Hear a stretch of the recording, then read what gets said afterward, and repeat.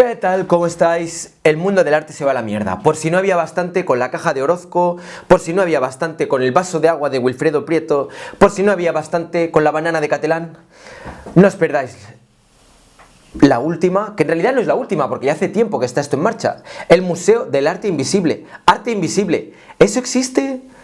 ¿Eso es una estafa? ¿Qué carajos es eso del arte invisible? Bueno, pues en este vídeo os lo voy a contar. Vamos allá.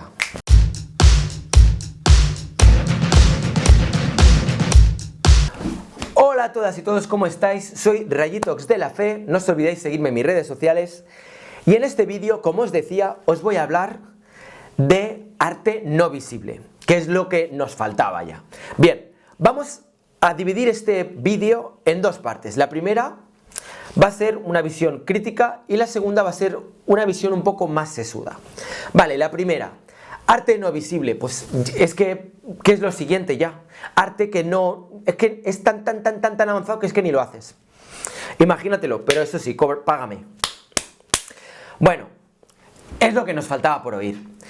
Os voy a explicar un poco de qué se trata todo esto. Hay una pareja de East Village que se llaman Brainard y Delia Carey, que consiguieron, no sé cómo, si es que ya eran amigos o qué, pero consiguieron liar a James Franco, que es un actor de Hollywood que también pinta, para que les ayudara a llevar a cabo una campaña de Kickstarter y recaudar dineros para su gran proyecto, que es el de crear un museo de arte no visible. Esta pareja, que se hacen llamar Praxis, ya anteriormente habían hecho obras como la de dar abrazos gratis o poner tiritas para heridas invisibles y cosas un poco en esa línea. La cuestión es que estas piezas pues han empezado a tener un espacio virtual en la web que ya lanzaron y hay algunas que se han vendido. Sí, como oís, hay algunas piezas que se han vendido, alguna por $10.000, alguna por $1.000, etc. Esas piezas son de arte no visible. ¿En qué consiste entonces el que tú compres una pieza de arte no visible? Pues tú pones el dinero y cuando ya has puesto la pasta ellos te envían una tarjetita con lo que vendría a ser la pieza. En este caso, por ejemplo, la pieza Aire Puro, que se ha vendido a una coleccionista que es modelo, actriz y productora de páginas web, que se llama Amy Davison. La pieza en cuestión consistía en una tarjetita en la que se podía leer lo siguiente: aire puro. El aire que estás comprando es como un tanque con una cantidad ilimitada de oxígeno. $10.000, ¿eh? Donde quiera que estés, siempre podrás respirar el aire más delicioso y puro que la tierra puede producir. Cada respiro te da una paz infinita y salud. Puedes llevar esta obra de arte siempre contigo, porque así donde quiera que estés, podrás imaginarte respirando el aire más limpio de la cima de las montañas, campos de océano. $10.000. Bien, pues no solamente ella, sino que también ha habido algún coleccionista desde Detroit, por lo visto, que compró la piedra dorada, que es otra pieza invisible. Y bien, ¿qué podemos decir sobre esto? Pues que el arte está fatal, esto es una estafa, esto es una vergüenza. O sea, de verdad, vale que exista arte conceptual, pero ya llegar a este nivel tan conceptual, es que de verdad, es que se están pasando. Yo estoy con mis grandes amigos Abelina Lesper y Antonio García Villarán y todos los que son defensores de que hay realmente que poner límites a esto, porque esto es una desgracia, esto es un desastre, el mundo se va a la... No puede ser. Bueno, muchas gracias por haber visto este vídeo, no te olvides de suscribirte, darle a la campanita y por supuesto dale al like.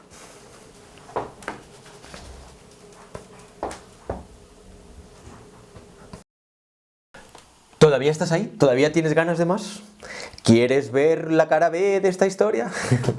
Vale, mirad, yo no voy a decir que sea mejor ni peor, ni que esté bien o que esté mal, solamente voy a tratar de profundizar un poco más en el concepto, ¿vale? Porque decir que eso es una estafa y que es una mierda es relativamente fácil. Cualquiera puede decir, oye, un arte que no es tangible, eso no es arte ni es nada. ¿Bien?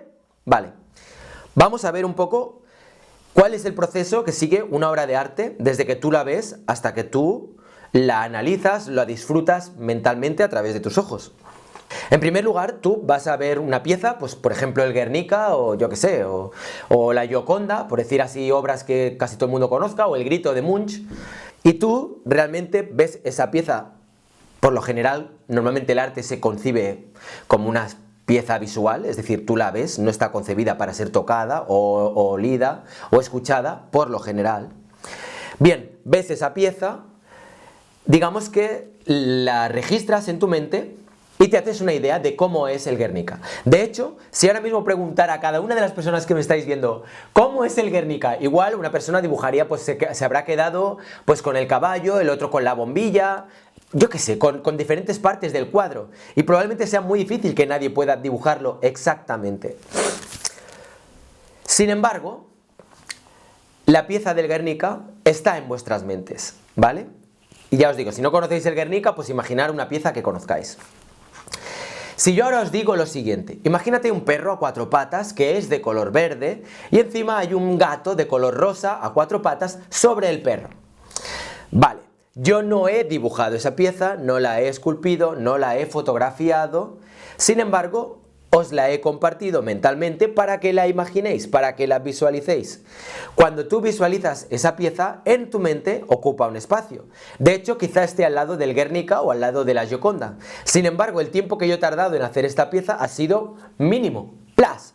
Me viene la idea, me viene perro, gato, de estos colores, os la comparto y automáticamente, tal cual la estáis escuchando, en vuestra mente coges el elemento perro, que es el elemento que tendrás en vuestra mente de cuando piensas en un perro, en un gato, te los imaginas de ese color, colocados de la forma que te he dicho y tienes automáticamente una pieza. Esa pieza que yo he esculpido ahora mismo en tu mente ha sido gratis, no os he cobrado por ella. Ocupa un espacio y genera una percepción, igual que puede generar una percepción el que veas un cuadro pintado. ¿Cuál es la diferencia? La diferencia está en que el medio que hay por medio no es un objeto físico. Es decir, yo puedo enseñaros, por ejemplo, esta pieza, ¿no? Y a través de esta pieza genero una imagen en vuestra cabeza. Pero si no uso esto y simplemente te la describo, la imagen, la pieza sigue ahí.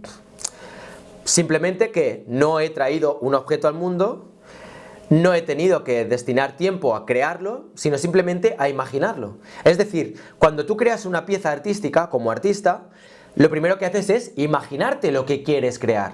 Luego miras el cómo lo haces, luego lo ejecutas, luego lo muestras, la persona lo percibe y lo recrea en su mente. Pero si yo directamente me imagino la pieza, te lo digo a ti, imagínate esto, pam, pam, pam, pam, la pieza la he creado en tu mente igualmente, solo que me he saltado un montón de pasos. ¿Eso es lícito o no es lícito? ¿Eso es arte o no es arte? Bien, vamos a ver, si yo estoy tratando de compartir una imagen que yo tengo en mi cabeza y consigo compartirla, y tú la percibes como tal, podríamos decir que realmente he creado una pieza artística en tu cabeza. ¿Qué más da que yo te dibuje el perro o el gato? Si no, el hecho de conseguir entrar en tu mente y que eso se genere.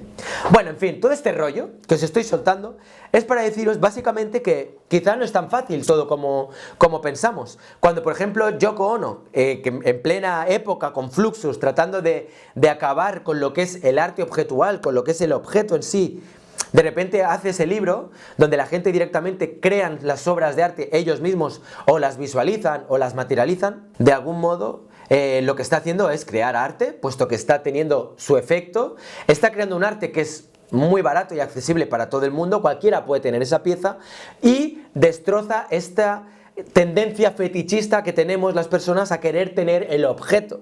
Tú quieres el cuadro, quieres ahí como tener el dibujito, tenerlo en tu posesión y que sea tu dibujo y que sea tu cuadro. Y eso es lo que hace que el arte, ¿no?, viva hasta ahora como se ha concebido, ¿no? Vas a un museo y ves ese objeto, o vas a una galería y quieres comprar ese objeto, o lo compras aún mejor si tienes el dinero y haces que ese objeto esté ahí en tu espacio. Pero en realidad el objeto lo que hace es transmitirte información como un teléfono a tu cerebro y que tú codifiques esa imagen, ¿no? Y que la crees de algún modo. Creo que el tema es más complejo y más complicado de lo que parece a simple vista. De hecho, me gustaría debatirlo en alguno de mis debates, en alguno de los debates que estoy organizando en mi canal, y me gustaría un poco ver cuál es vuestra opinión. También os invito a que dejéis en los comentarios el por qué creéis que el arte tiene que ser configurado físicamente, o por qué creéis que realmente es una manera de poder crear arte igual de válida que la otra. También me llama mucho la atención, ya para acabar, cómo realmente lo que acaba emponzoñando todo muchas veces es el hecho de que se cobre. Si estas obras de arte fueran gratuitas y simplemente tú compartes unas piezas y dejas que la gente las imagine, no pasa nada. Ahora, si cobras por ello, ya de repente eres un timador, eres un estafador, eso no es arte, etc. Al final siempre acabamos en lo mismo, la pasta. Bueno, eso es todo, espero que os haya gustado el vídeo, que os haga reflexionar un poco. Por favor, ser vehementes y tolerantes conmigo, no os paséis. Estaré encantado de leer vuestros comentarios y nos vemos en el próximo vídeo. Un fuerte abrazo, chao.